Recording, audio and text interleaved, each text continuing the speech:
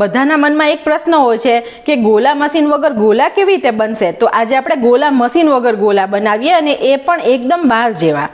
તેને માટે આપણે અત્યારે બરફ લીધો છે અને હવે આપણે લીધી છે મિક્સરની જાર. બરફને આપણે જારમાં લઈશું.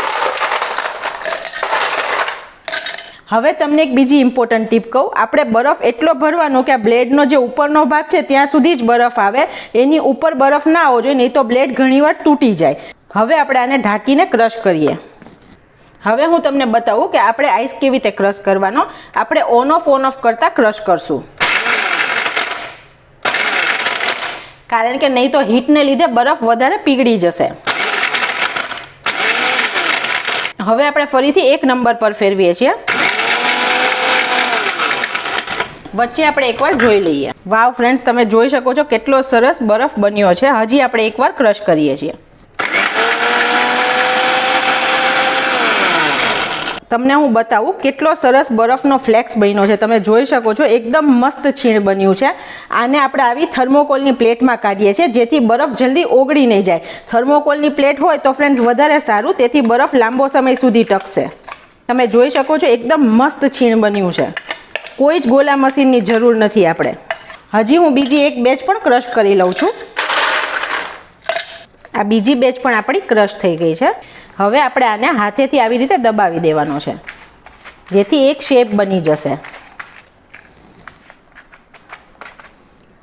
ફ્રેન્ડ્સ, બની ગયો ને મસ્ત ગોલાનો શેપ. હવે આ ઓરેન્જ સિરપ છે તેને આપણે પોર કરીએ છીએ.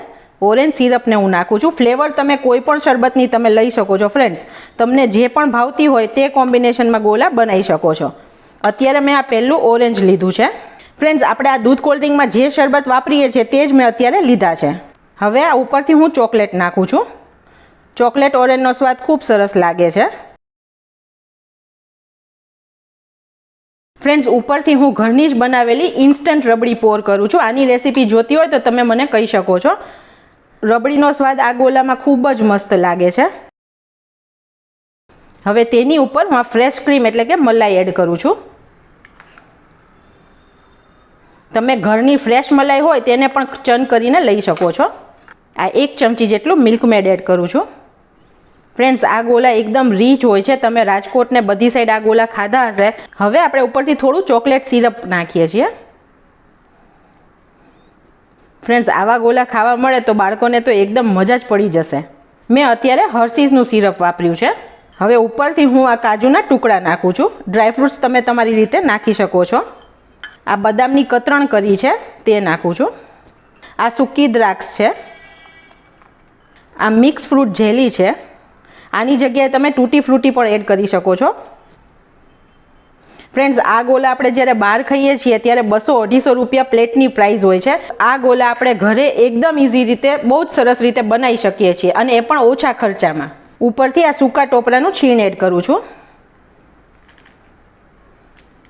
ઉપરથી આપણે થોડી ચોકલેટ સિરપ એડ કરીએ છીએ અને આ થોડું ઓરેન્જ સિરપ અને ઉપરથી આપણે આવી રીતે એક ચેરી મૂકીએ છીએ. ફ્રેન્ડ્સ, રેડી છે આપણો એકદમ ટકાટક ડીશ ગોલો.